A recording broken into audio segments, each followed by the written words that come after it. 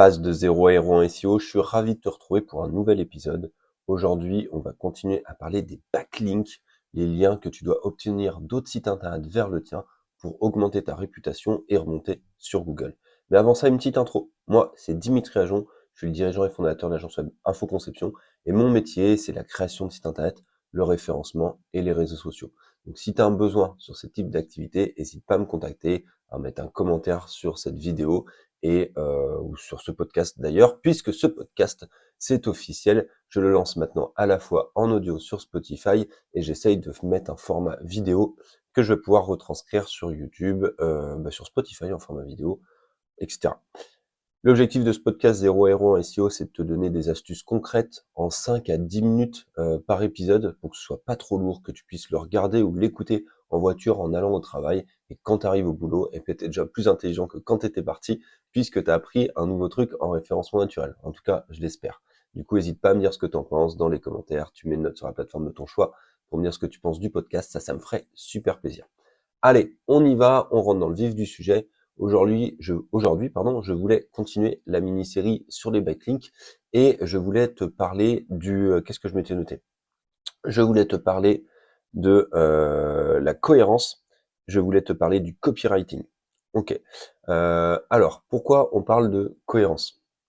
En gros, il faut que tes backlinks, donc les liens que tu vas récupérer d'une autre page vers ta page, ils soient en cohérence avec ce que tu vas avoir dans le texte et ce qu'il va y avoir sur ta page. Je me réexplique.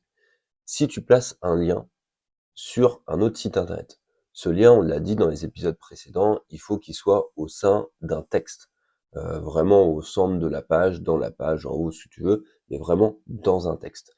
Il faut que ce lien, il ait une cohérence entre la page source et la page de destination. Donc premier truc, une cohérence dans le texte.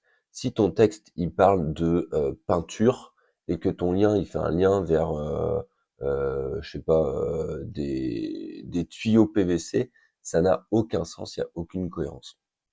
Donc quand tu fais un lien, il faut effectivement que ton lien, le texte, il soit à l'intérieur, on parle vraiment de la même chose et que ça renvoie vers le même site. Par exemple, si tu parles de peinture, à nouveau, donc de peinture murale, etc., et que ton lien, il envoie vers le numéro d'un artisan en peinture, par exemple de chez toi, hein, quelqu'un de local, un peintre, là, c'est cohérent. Tu pourrais avoir un texte du style, toutes nos gammes de peinture sèchent en 12 heures et sont posées par les meilleurs artisans locaux. Et quand tu cliques sur artisans locaux, et ben là, tu arrives sur ton site internet. Là, c'est cohérent. Ok, il faut que tu aies une cohérence dans le texte, entre le texte et le lien.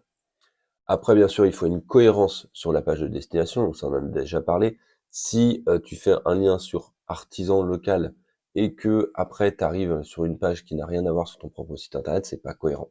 Donc il faut que ça arrive bien sur une page qui parle de toi, d'un artisan local en peinture. Ok, bref, je pense que tu as compris. Donc ça c'est le premier point, c'est la cohérence. Il faut que le lien, donc ce que tu vas mettre sur le texte, il soit aussi cohérent avec, ça y est, je suis en train de perdre mes mots, pardon.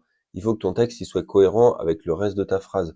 En gros, faut pas faire de lien sur en savoir plus, sur cliquer ici pour plus d'informations, sur découvrir la suite, sur lire la suite.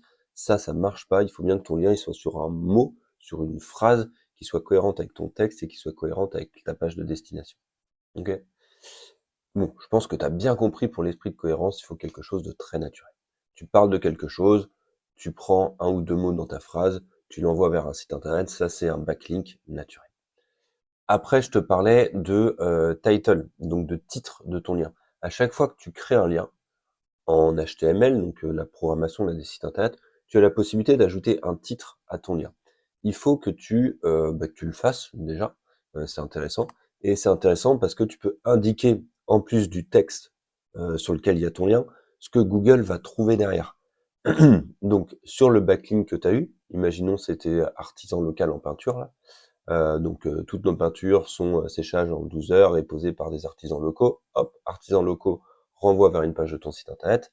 Et bien sûr, ce lien, artisans locaux, tu me mettre un titre à ton lien. En gros, quand tu vas mettre ton curseur sur le lien, c'est la petite bulle qui va s'afficher avec un petit texte. Et bien ça, tu vas pouvoir mettre ton mot-clé. ce sur quoi tu vas te positionner sur ta page de destination, où tu vas pouvoir mettre des mots d'une même sémantique, donc qui sont en lien pardon, décidément ce matin, qui sont en lien avec ce que tu racontes. Par exemple, tu t'appelles, Tartampion Peinture et tu as le lien vers artisans locaux. Tu vas pouvoir mettre sur ton lien, Tartampion Peinture, spécialiste, enfin Tartampion Peinture, heu, peintre, à Nantes, j'en sais rien. Et bien du coup, ça c'est cohérent avec ce que Google va trouver sur ta page, c'est cohérent avec le lien où c'était les artisans locaux, parce qu'on a la localité, et c'est cohérent avec ton texte. Donc là, tu as une cohérence globale. Donc il faut bien que tu fasses attention à ça. Pour chacun des backlinks que tu as réussi à obtenir, vérifie la cohérence du texte, vérifie la cohérence du lien par rapport à ta page de destination, et surtout vérifie que tu as une balise title, enfin que tu as l'attribut title là, qui est rempli et qui correspond bien avec ce qu'on va trouver derrière, et si possible, tu peux y placer des mots-clés. Voilà, j'espère que c'était pas trop confus, parce que je me suis rendu compte des fois que je m'embrouillais un petit peu, etc. C'est pas grave, il y a des matins qui sont plus durs que d'autres, j'ai envie de te dire. Donc j'espère que c'était pas trop confus. Hésite pas, encore une fois, à mettre une note si t'as kiffé l'épisode et à t'abonner, peu importe la plateforme d'ailleurs. Et puis nous, on se retrouve prochainement pour un nouvel épisode. Je tiens à remercier Serpentix, le sponsor du podcast, qui nous aide vraiment à créer ce podcast, même s'il est brut de décoffrage, même s'il est sans montage. Merci Amaury, merci Serpentix. Serpentix, c'est un outil qui te permet de t'aider dans la rédaction de contenu avec un plan d'idées à suivre, avec les balises title, méta description à générer, connaître l'intention de recherche, bref, plein de choses que tu peux tester. De toute façon, tu as un lien dans la description de cet épisode. Allez, je te souhaite une belle journée. On se retrouve bientôt pour un nouvel épisode en SEO. D'ici là, prends soin de toi SEO. Ciao!